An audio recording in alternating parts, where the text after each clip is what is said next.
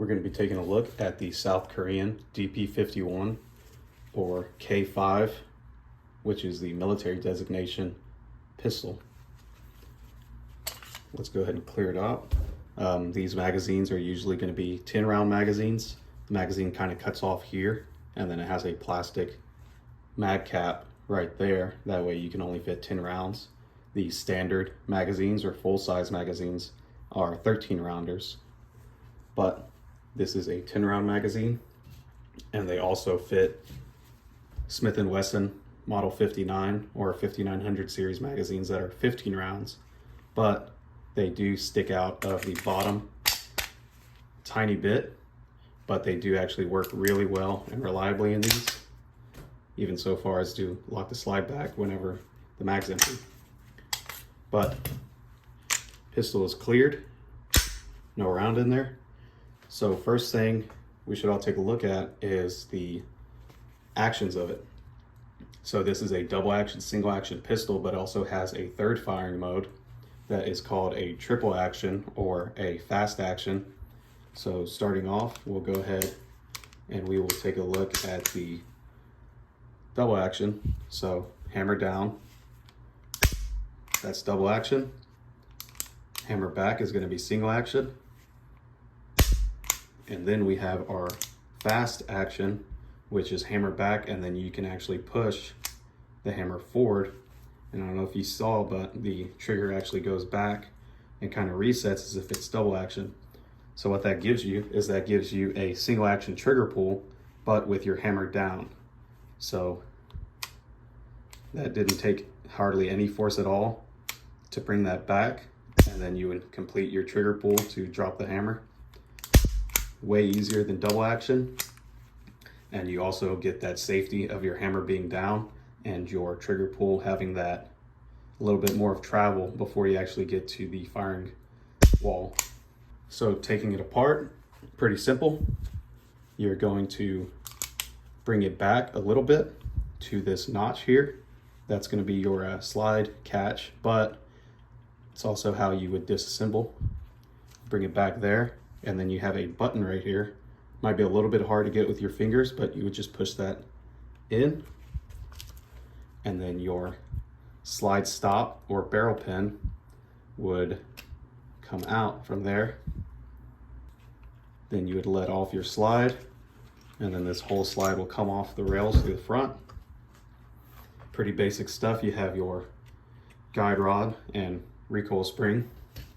Your barrel will plop out the back like so, and then there you go. This is field stripped, ready for cleaning. You can remove your firing pin block or a safety block, and then your extractor here, but you are going to have to punch these pins out in order to get them out of there. Not necessary for routine cleaning, but if you want to deep clean it, that is how you would remove that. We got our frame right here, nothing too fancy in it. We got our pin for our trigger. We got our trigger assembly or hammer assembly in the back. And then we have a ambidextrous safety right here. Obviously, seeing red means fire, up is safe. So putting it back together, we're gonna start off just how we ended. Slide, drop the barrel back inside, guide rod and recoil spring, push that forward, and it's gonna kind of snap into place right here in this little cutout. Go ahead and slide this back on, match it up with the rails, and then we're gonna pull it back to that position it was in at first. Kind of make sure our barrel is in the right place. And then we're just going to push this pin right back in there. Make sure it lines up, snaps in place. Pistol is reassembled.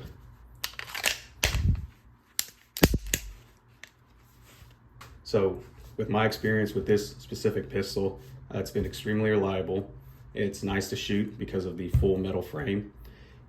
It looks nice, it's decent, controls feel good, and the fast action, triple action is actually really cool, even though personally I don't really use that for anything important they're actually not too expensive. They're actually on the cheaper side of pistols that are the same quality and design.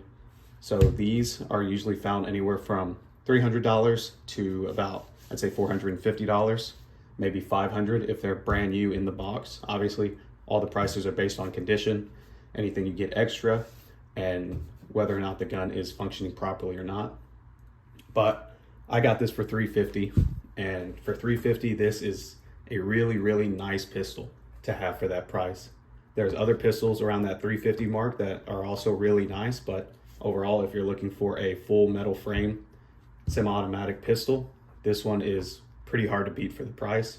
And also it's an actual import, so it's unique, different, really familiar to people who are used to shooting these kind of older style metal frame pistols. But for the price, it is a really good buy.